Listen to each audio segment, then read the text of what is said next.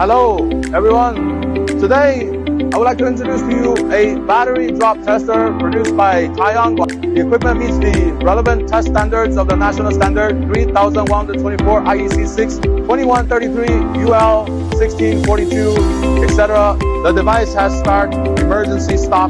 Please wait for the corresponding switch. After it has been tested, the relevant test data can be exported through the relevant USB interface. It can be tested through the test screen. Set up the relevant test. If you want to set the required height, you can set it to 1 meter, 5, 2 meters.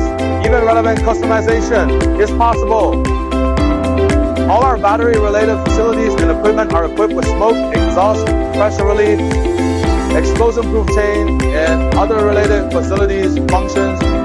The exhaust pipe can be treated with the exhaust pipe in the customer's site. Emissions from centralized treatment should beware of any associated environmental impacts. The GAR port is arranged at the rear. Beware of causing relevant damage to personnel during testing.